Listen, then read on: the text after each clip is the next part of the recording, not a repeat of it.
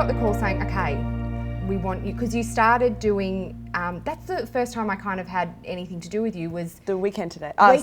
During summertime. Show. Yeah, exactly. When I saw you and Pete and I'm like, there's two angels there that Aww. need to breed or kiss with their tongues or something amazing. And I even said to my partner Sam, I'm like, these two. And he's like, yeah. Yeah. He was on board too. There you go. Let's talk it through. Let's talk it through. Let's get into Stefanovic land. I was saying earlier. So we get a bit weird talking about. I know. Talking about our relationship, I suppose. But Pete's given me the all clear to say anything to you. He says, "Oh, it's Monty. You can say whatever you like." I can't wait, seriously, because I just want you to really graphically talk me through his penis. I'm not. No, I'm just joking. He just threw up his popcorn watching this at home. He loves it. Oh, he loves it. Oh, poor Pete. Look, I mean, you're not the only one, I suppose. My sister and my mum both sat me down after that stint on air with Pete and said, "Is there something going on? Is there something there?" Right. Because we can kind of, pick up on something, and there hadn't been anything at that point. Because he was living overseas. Yeah, that's right. So and I guess we didn't really know exactly when he was going to be coming back full time. So anyway, we just started pen paling after that. Yeah, because he wrote you a letter, a handwritten letter. Yeah, with a little help from his mate Monty. I think he kind of, his best mate and advisor. Right. Anyway, so not me, not the way. you, the other Monty in his life. There are two Montys in his life, and I happen to love both of them. Lucky.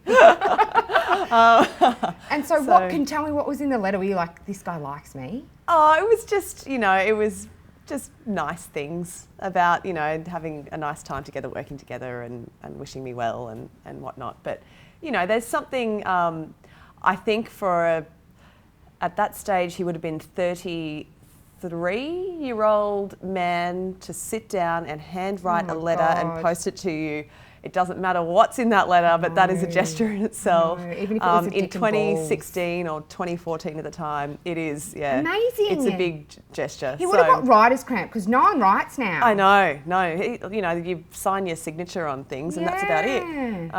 So that was pretty special. That was such a smooth move. It was a smooth move, Yeah, I know. it was. I know, and it worked, didn't it? So, so then it was a little pen pal relationship, which was really old school. It was very... it's beautiful. It's kind of...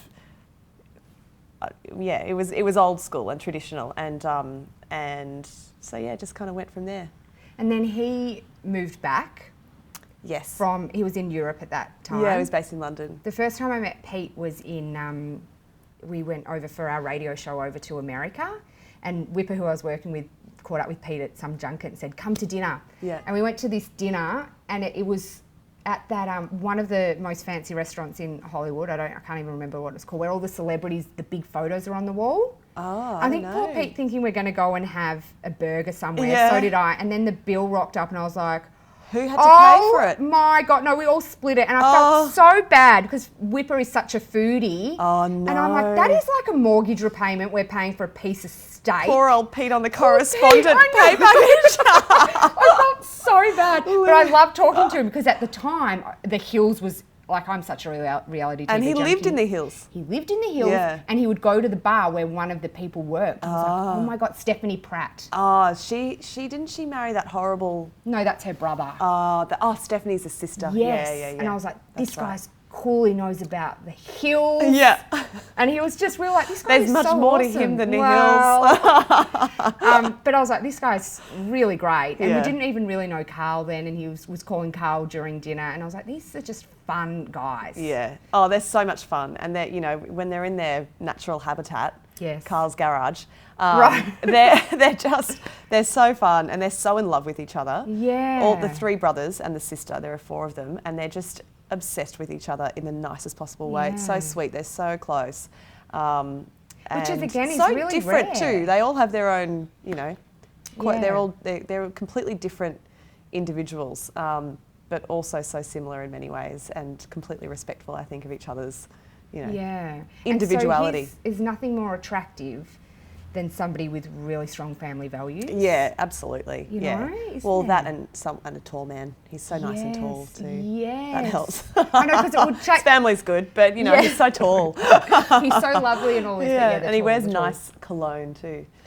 I love a good smell. On Chanel the bike. Blue. Really? Yeah. He has a nice Thierry Mugler one too. He's got a good collection of colognes. Sam, my partner, doesn't wear it, and I've often tried to get him into it. I'm like, it's just, seriously, it's going to make me want to bone you. Put it on. No, what's there to lose? I know, seriously though, isn't there something incredible about this beautiful smell? Yeah. You know what else I love, which is sick, is when he'll come home and there's a bit, like he's been, mind you, he works in an office and his hands are like smoother than mine. Yeah. But when they've got that bit of smell, like that bit of work smell, Ah. tinge of BO. Do you reckon? Oh, seriously, get under Pete's pits. It's like pheromones, and it's like, this is I wash his amazing. t-shirts sometimes, and I'm not sure I need to go any further than that. Just give them a sniff, and you'll be like, come, I think come we're on a through. different level with that one. I know, I love Pete's cologne. I'm like, yeah, I love Sam's BO. Same shit. You crazy cats. So you guys moved in pretty much straight away too? Yeah, sort of. Yeah, pretty much.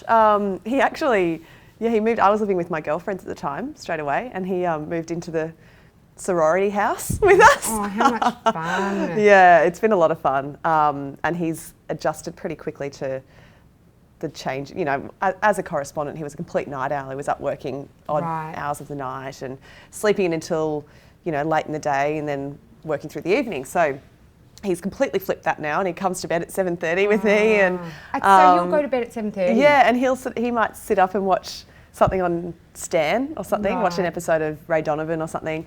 And I put my eye mask on and roll over, and he puts his headphones on, and then he still gets up early and attacks the day. Yeah, right. And because he does weekends too, doesn't he? So we're kind of so uncivilized. Yeah. We're so antisocial. Yeah. But we get a lot done on the weekend, which is good, but during the week we're pretty low key. Do you get to see each other very much though? Yeah, we do. Yeah, a lot. Yeah, he's probably thinking too much. Yeah, right. So well, I guess because you finish and he's home during the day, it's more than your mornings are completely That's out. Though. right. Yeah, it's just obviously we can't go away for a weekend or something, but that's fine. So we've got lots of time, lots of overlap. I'm sure he's probably getting sick of me by now. I doubt it.